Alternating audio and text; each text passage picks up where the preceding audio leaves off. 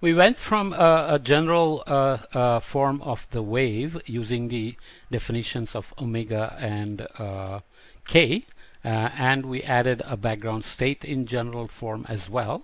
And then we decided to look at a particular case with zonal background flow given as u bar x, and then we derived this equation, which allows us to look at the zonal shear, which is very typical of the atmosphere and the ocean.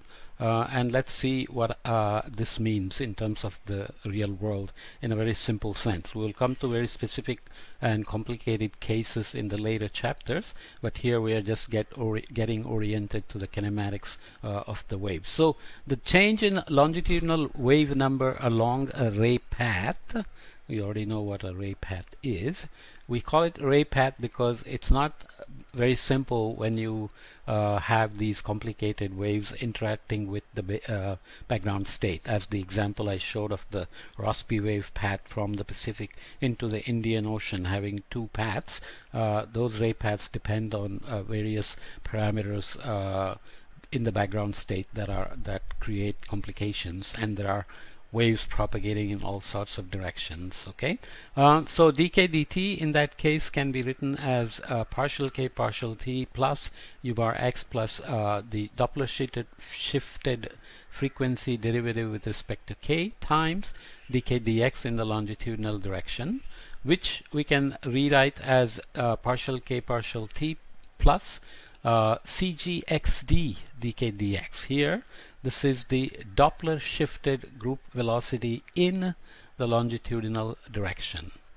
Okay, Doppler shifted group velocity in the longitudinal direction. Then dk dt plus u bar x d omega d dk. So this from the previous equation here is equal to minus k du bar dx. So now we are relating this wave to the background state.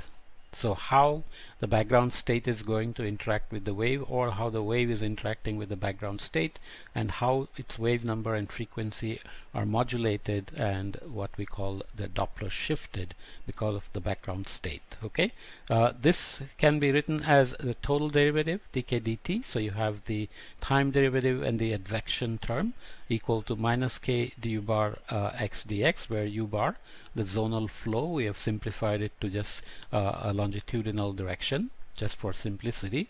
Obviously we'll be adding all sorts of complications later.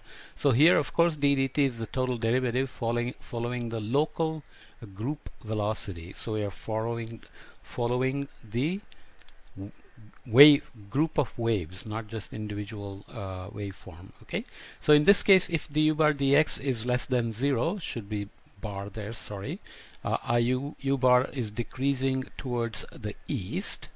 Okay, there is a change in the longitudinal direction of u, and it's decreasing in positive x direction, which is towards the east. Then this equation tells you that the wave numbers, if this is negative, this is going to be positive, so wave number is going to increase and the mode will shrink longitudinally. What do we mean by that? So if you imagine a sphere, if you have wave number k equal to 1, then it has one wave circumnavigating the entire planet. As you increase the wave number to 2, 3, and so on, you're fitting more waves into the same circumference. So the wave mode will shrink. You have more waves fitting the globe. That's really that simple. And if du dx is greater than 0, so if u is increasing towards the east, then the mode will extend in the longitudinal scale, and you're going to go from higher wave numbers to lower wave numbers. So literally you are changing k by the background state, and depending on the change in the background state, you're either going to increase the wave number or decrease the wave number. So in that case, dx dt can be written as u bar plus d omega dk, how the frequency is changing with the wave number, and that can be written as cgx. So this total is the Doppler shift in the group velocity. So this is the group velocity, and then the background state is actually Doppler shifting the group velocity. Okay, so this is just to introduce these concepts. So using the same procedure now, assuming that u bar is a function of x, y, and z and not just longitude, so you give it the full flow field, then we can write similar equations in the z and y direction for group velocities Doppler shifted in the vertical and meridional direction. Okay, they will of course be partial omega d partial m, where m is the vertical wave number, and the partial omega d partial l, where l is the meridional wave number. So you have k, l, and m, zonal, meridional, and vertical wave numbers. So now you have the image in your head, I hope, of waves propagating in the zonal, meridional, and vertical directions being modulated by the background flow. Okay, yes, looks a little bit complicated, but just get the physics of it. So then we arrive at the expressions dm dt, change in the vertical wave number in time is minus k du bar z dz, so the vertical shear is going to modulate the meridional wave number, and dl dt is minus k du bar y dy, so the meridional shear is going to modulate the meridional wave number, and you can see that this zonal wave number is still there in all of these things. Okay, so you can now see the relation between wave generation and the complicated modulations in each direction. So these equations tell us that if du bar dz, sorry, when I copy this u bar gets destroyed, I have to correct that.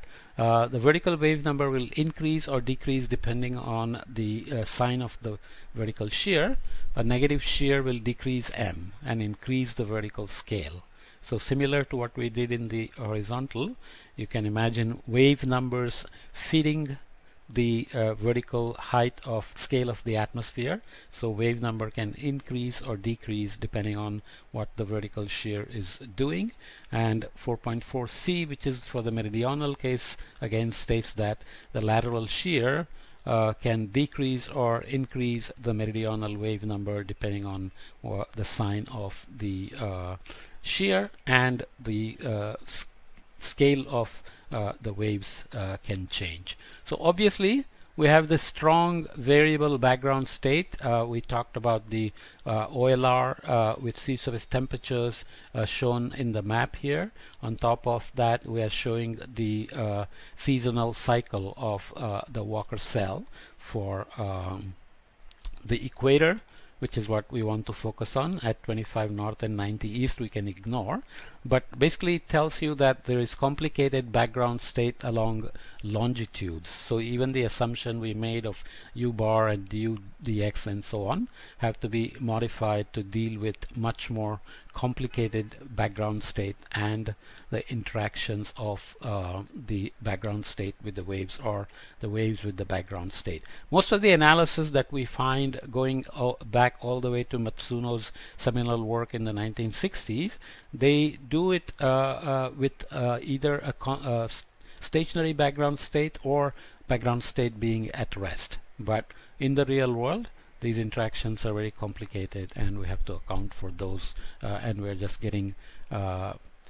introduced to the complications that will arise, again using simplified flow fields.